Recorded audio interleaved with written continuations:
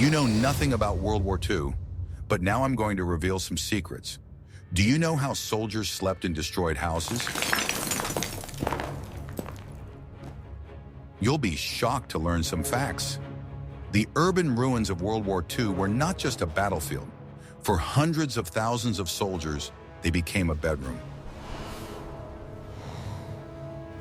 Amidst the broken bricks and twisted metal, a quiet daily battle for survival unfolded, in which sleep was the greatest reward and the greatest risk.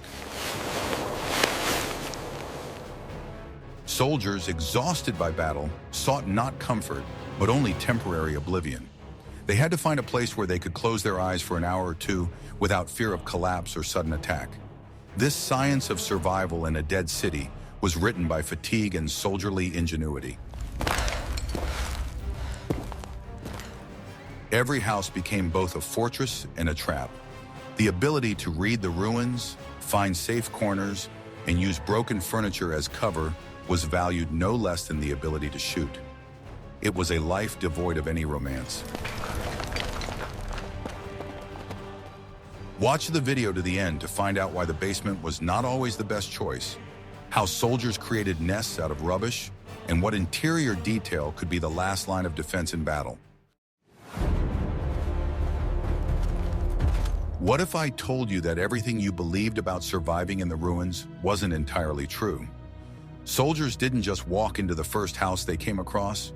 There was a whole tactic for choosing a temporary shelter on which the life of the entire squad depended. It was like a grim hotel selection in a dead city. The first thing to do was to assess the appearance of the building. An intact, undamaged house was the worst choice. It became an obvious target for artillery and aviation, as it was assumed that it could house a headquarters or a large defense node. The ideal option was a building that had already taken its share of hits but retained its structural integrity. A partially destroyed building blended in with the general landscape of ruins and attracted less attention. It had already been shot at and was probably of no interest. The key factor was choosing the right floor. The first floor was a death trap, as it was exposed to fire from the street and vulnerable to tanks. The upper floors were dangerous due to the risk of the roof collapsing and vulnerability to mortars. Experienced fighters chose the second or third floors, but always deep inside the building. Rooms without windows facing the front line were worth their weight in gold. They provided protection from direct fire and snipers. Special attention was paid to corner buildings. They were avoided at all costs. Such a building was visible and could be shot at from 2 or even 3 directions. Preference was given to houses in inner courtyards or those that were covered by other, already destroyed buildings. The location relative to enemy positions was critical. The shelter had to be close enough to quickly return to battle, but far enough away so that the noise of the front line did not interfere with sleep. This balance was the key to restoring strength.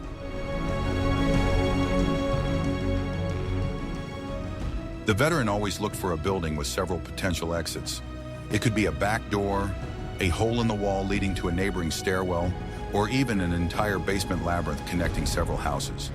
Being stuck in a building with only one exit meant signing your own death warrant. This quick assessment, which took an experienced soldier a few minutes, was the first and most important life hack for survival. A mistake in choosing a hotel could cost you sleep and your life. In this art, there were no trifles. Every brick mattered. I'm very interested to hear your point of view. What do you think about such a complex system for choosing a seemingly random shelter? Write about it in the comments. Are you ready to learn the truth about the safest place in a ruined city? At first glance, the basement seemed like the perfect shelter. It was below ground level, providing reliable protection from bullets, shrapnel, and even direct hits from small caliber shells.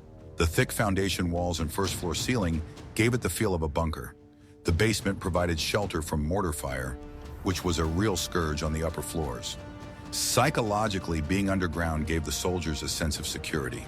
It was completely dark here, which was an advantage for camouflage. No accidental light could reveal the position of the unit. In addition, the basements often maintained a constant, albeit low temperature, which was a salvation in severe frosts. Soviet soldiers in Stalingrad turned basements into entire interconnected systems. They broke through passages in adjacent foundations, creating underground communications. This allowed them to move between buildings without going above ground and coming under sniper fire. American soldiers in German cities also valued basements for their strength. They became not only bedrooms, but also temporary medical stations or ammunition depots. The heavy stone vaults could withstand considerable loads. However, this bunker also had fatal flaws. The main danger was the threat of collapse. If the building was hit directly by an aerial bomb, the entire mass of brick and concrete could block the only exit. The basement would turn into a mass grave. Soldiers would find themselves trapped under tons of rubble with no chance of escape. Therefore, experienced fighters always checked for a second exit. It could be a small window in the pit or the very breach in the wall to the neighbors. The basement was a choice of desperation. It offered the best protection, but required extreme caution. What do you think was the main psychological difficulty of sleeping in the absolute darkness of the underground? But even if the basement was safe, another enemy awaited the soldiers: cold concrete. You will find out how they turned stone into a bed in the next chapter. What I am about to show you is banned in 12 countries. Just kidding, but the ingenuity of soldiers in creating a place to sleep is truly amazing. Surviving in the ruins meant not only hiding, but also not freezing to death in your sleep. The main enemy was not so much the cold air as the icy stone or concrete floor, which drew heat from the body. Therefore, the main task was to create a nest, a multi-layered structure that insulated the sleeper from the ground. Finding an intact bed or mattress in the rubble was incredibly lucky. More often than not, soldiers became real engineers, using any available debris. The first layer, the base of the nest, consisted of solid objects. They used broken bricks, pieces of plaster, boards, or even empty ammunition boxes. The main task of this layer was to create an air gap that would interrupt direct contact with the cold floor. The second layer was something larger and flatter, creating the surface of the bed. A door torn off its hinges or a frame from a large window was ideal. It was laid on top of the bricks, creating an improvised platform protected from dampness. The third layer was for cushioning and insulation. Soldiers dragged everything that could provide softness into their shelter. Carpets taken from the walls, torn curtains, mattresses from ripped sofas. Everything was put to use. Old sacks that could be stuffed with dry grass or paper were especially valuable.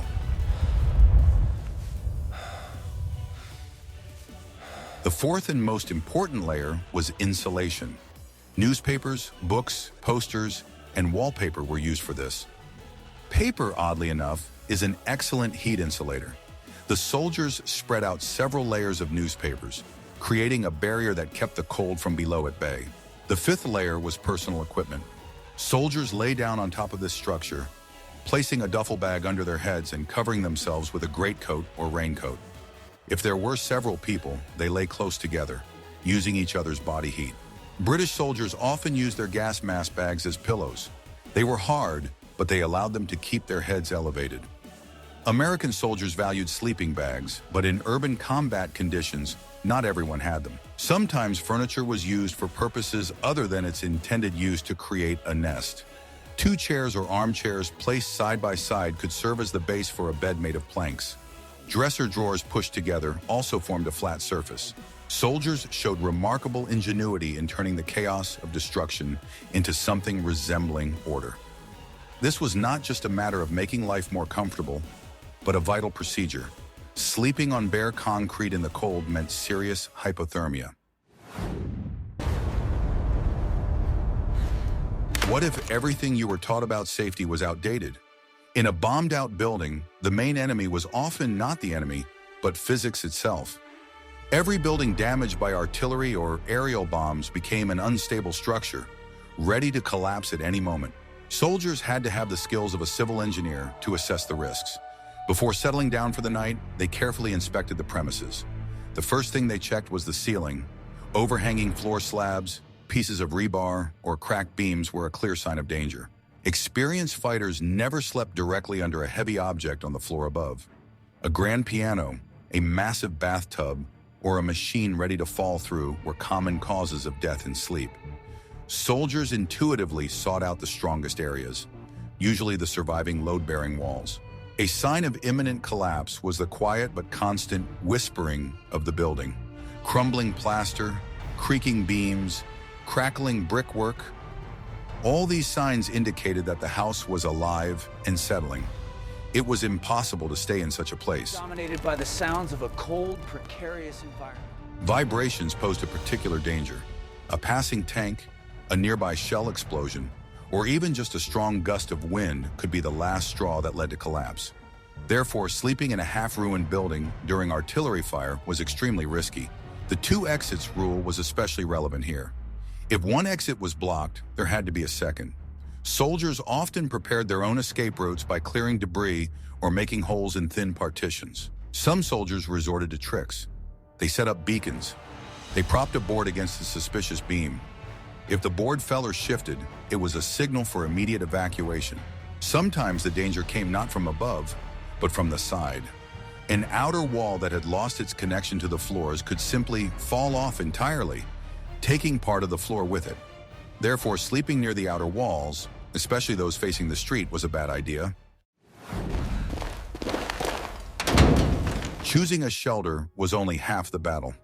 Once the building was deemed relatively stable, the second, equally important stage began, checking for surprises. The retreating enemy often mined and left traps in the most attractive places to spend the night. Soldiers' paranoia was the best means of survival. The first rule was to touch nothing. An attractive, intact mattress lying alone in a corner was 90% likely to be a decoy. There was almost certainly a grenade hidden underneath it. The room was searched slowly and methodically. The soldiers used bayonets or long sticks to probe suspicious objects from a safe distance. They turned over furniture and checked the space under the floorboards. Special attention was paid to the doors. A tripwire attached to a door handle was a classic mine explosive device. Therefore, the soldiers never opened the doors towards themselves, but tried to knock them down from a distance or use a rope. Window frames and even curtains were checked. Any object that one might want to move to make oneself comfortable could be a trap. This turned the process of preparing for bed into the deadly work of a sapper. German soldiers were known masters at setting such gifts. They used special chemical delayed action detonators that could go off several hours after the soldiers had settled down and relaxed. Even seemingly harmless items, a discarded pack of cigarettes, a flask, or even a can of food, could be booby-trapped. The rule was simple. Don't take anything left behind by the enemy. In addition, there was the danger of chemical traps. A broken ampule containing a poisonous substance in the confined space of a basement could incapacitate an entire platoon without a single shot being fired. This constant search for hidden threats required enormous mental strain. Soldiers had to trust only what they had brought with them. Every corner, every shadow in a ruined house seemed hostile. Only after thoroughly checking the premises could the unit allow itself a little rest. But even then, one or two always remained on guard while the others slept. Are you ready for the shocking truth? The most ruthless enemy in the ruined city was not the enemy soldier, but the ordinary cold. It penetrated through broken windows and holes in the walls, turning the stone boxes of houses into icy crypts. Fighting the cold was a priority. The first thing to do was to caulk all the holes. The window openings were the main problem. They were blocked with whatever was at hand. Furniture was used. A massive wardrobe, knocked on its side and moved to the window, became an excellent protection from the wind. It was supplemented with broken doors, boards, and pieces of plywood. All the cracks were carefully sealed.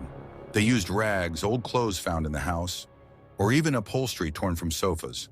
The more airtight the room was, the more heat could be retained. Carpets and curtains taken from the walls were used not only for nests, but also to cover entrances and windows. Thick fabric significantly reduced drafts.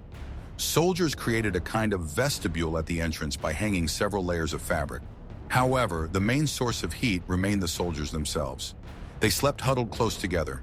It was the simplest and most effective way to keep warm. The soldiers regularly changed places so that those on the edge could move to the center. Overcoats, raincoats, and blankets, if they could be found, were shared. The soldiers covered themselves with whatever they had, creating a common blanket for the entire unit. They never took off their shoes. First, it was unsafe. In case of an alarm, they couldn't waste a second. Second, it would have been almost impossible to put on shoes that had cooled down overnight on swollen feet in the morning. Sleep in such conditions was difficult and intermittent. The cold penetrated to the bone, forcing them to constantly toss and turn and wake up. What do you think was more difficult, enduring the cold or taking the risk in lighting a fire? But even the warmth of the fire carried a deadly danger. In the next chapter, we will learn why a small fire could cost lives. In the icy ruins, fire was synonymous with life. It provided not only warmth, but also the ability to boil water or heat up canned food. However, lighting a fire in a combat zone was a deadly, dangerous art. The main problem was exposure. A bright flame in a dark window was an ideal target for a sniper or machine gunner. Even a small glimmer could give away a position and bring a barrage of fire down on the shelter. The second problem was smoke. During the day, a column of smoke rising from the ruins was like an arrow on a map, showing enemy artillery where to fire. Therefore, it was strictly forbidden to build fires using damp wood. Soldiers resorted to incredible tricks to get a safe fire. First, fires were only lit deep inside buildings, in windowless rooms or basements where the light could not escape. They used improvised stoves for heating. British soldiers made Tommy cookers, tin cans filled with sand and soaked in gasoline. They gave off good heat with almost no smoke or light. Soviet soldiers often used standard army bourgeois, but with modifications. The chimney was not led directly to the window, but was laid through several rooms or into a surviving ventilation duct. This allowed the smoke to dissipate and cool down. They used fuel that did not smoke. The ideal option was dry, aged parquet or varnished picture frames. Furniture was burned with caution, breaking it down into small pieces. The fire was always small and controlled. Its purpose was not to heat the room, but to provide local warmth. Soldiers gathered around the stove, warming their hands and drying their foot cloths before returning to their post. Often the fire was lit in a barrel with holes punched in the bottom. This created draft and allowed the fuel to burn more completely with less smoke. Such a stove also hid the flames inside a metal casing. Even heating food was a problem. Soldiers used dry alcohol or simply heated cans of stew over the flame of a trench candle. Any flash of light was a risk. It was a constant compromise between the need for warmth and the requirement for camouflage. The price for a few minutes of warmth could be disproportionately high. No one in the ruined city slept properly. Even in the safest basement, by all accounts, sleep was only a temporary and superficial state. Survival required constant vigilance. Sleep in a combat zone was always collective and organized. No one slept at the same time. The unit was divided into shifts. While one half of the fighters rested, the other stood guard. The standard practice was 2 hours of sleep, 2 hours of sleep, 2 hours of wakefulness on guard duty. This exhausting rotation maintained safety, but did not allow the body to fully recover. The soldiers slept with one eye open, reacting instantly to any noise. It was not the deep sleep that comes in peaceful life, but rather a heavy, tense slumber. Any sharp sound, a falling brick, a distant cry, instantly brought everyone to their feet. Weapons were always at hand, literally. Rifles or machine guns were not placed nearby, but under the side or hugged like the most precious possession. Grenades were hung on belts or placed close to hand.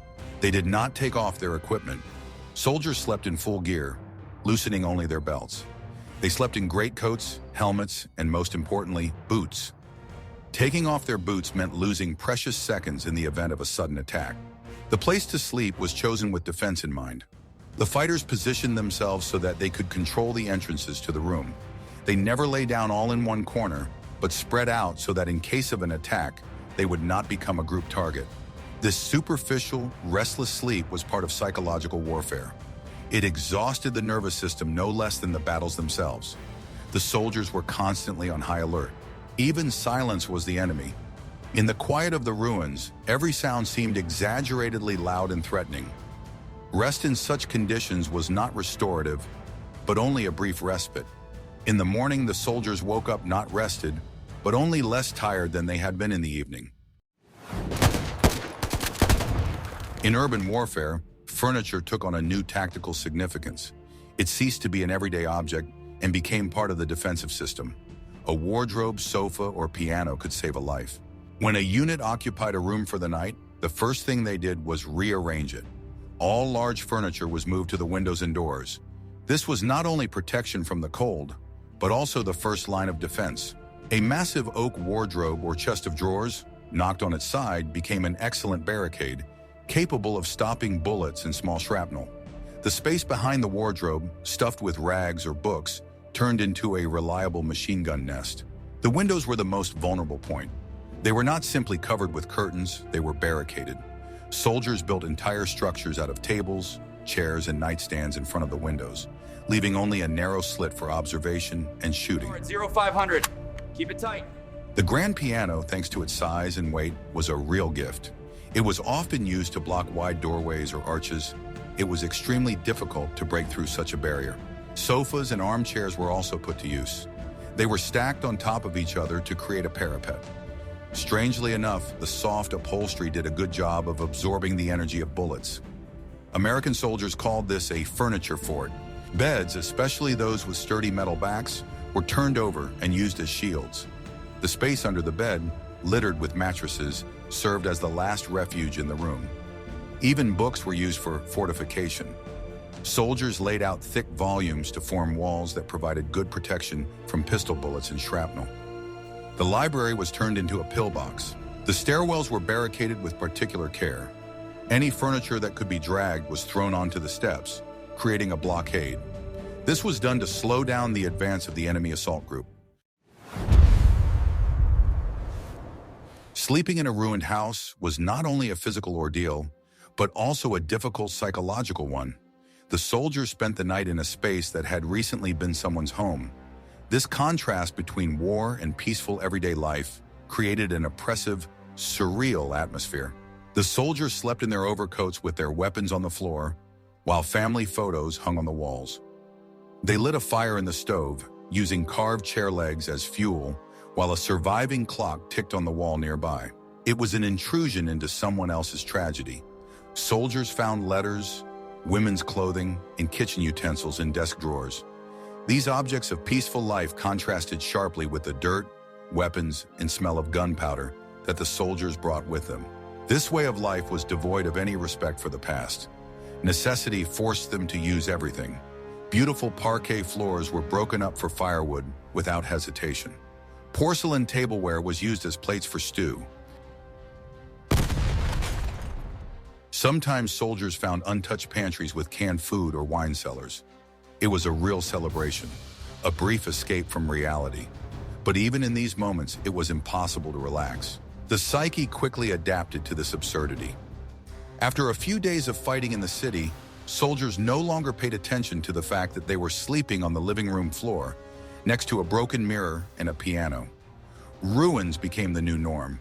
They saw traces of a hasty escape, a set table, an unfinished cup of coffee. It was a reminder of the fragility of the world and that their own home might now look the same. Waking up in the morning, the soldier saw a ray of sunlight shining through a hole in the ceiling and illuminating the dusty furniture. This image, both beautiful and terrible, was the quintessence of urban warfare. We see that sleeping in a destroyed building was a science in itself.